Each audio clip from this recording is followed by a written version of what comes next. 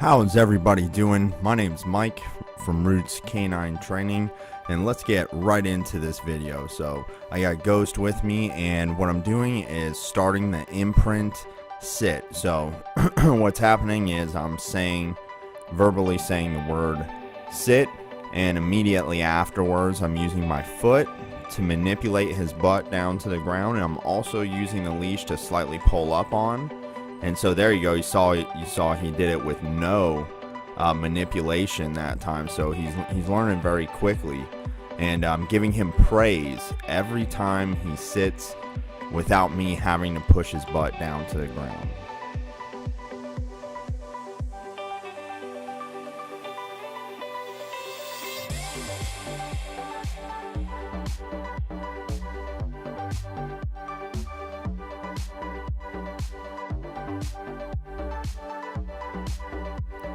I want to point out that the dog is working for my affection. So every time he sits and I'm petting him, that's his reward. So it's positive reinforcement, but you do not have to use a treat.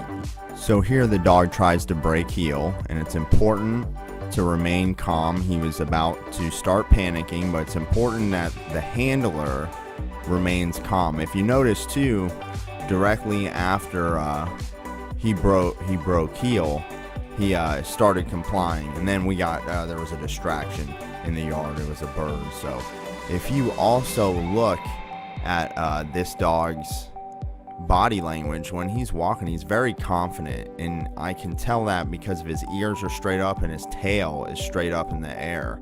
His tail's also wagging, so that just means he's very excited. So here is a different training session where we're practicing sit, and you can see he's doing very well. He's sitting right when I ask him to, and now we're also practicing him staying in a sit. And when we perform this, I don't tell him to stay, I simply tell him to sit, because that's what I want him to do. We don't need to say stay, we just tell him the command we want, like sit, and then he has to wait until he gets another command like heel or come or something like that. So it's good for the dog to see that he can sit still while we move. I see it all the time where owners have a dog, and the dog feels every time the owner moves that they must move as well. So this is very, very important to teach your dog.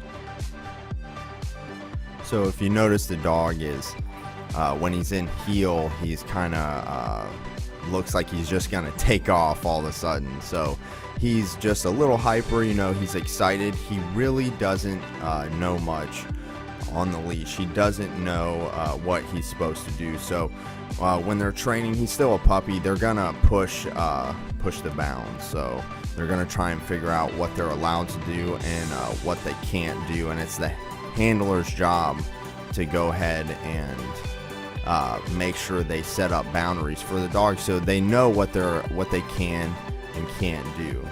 In this exercise, the dog is only allowed to sit. I'm not having them lay down or do anything else. They cannot scratch their collar. They have to stay in a sit position when I ask them to do that. So here you're going to see the dog go into a sit, and then he's going to try and scratch his collar, and then he panics.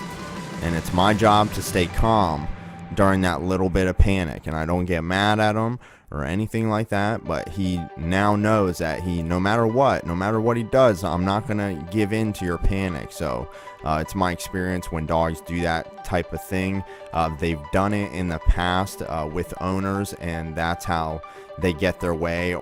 But the most important thing is that we end the session on a good note. And if you see, he's giving me some great eye contact when he's sitting now, and that's all we want. We want him to end on a good note so he feels confident, and he's going to remember the last thing we did, and remembers he's having a good experience.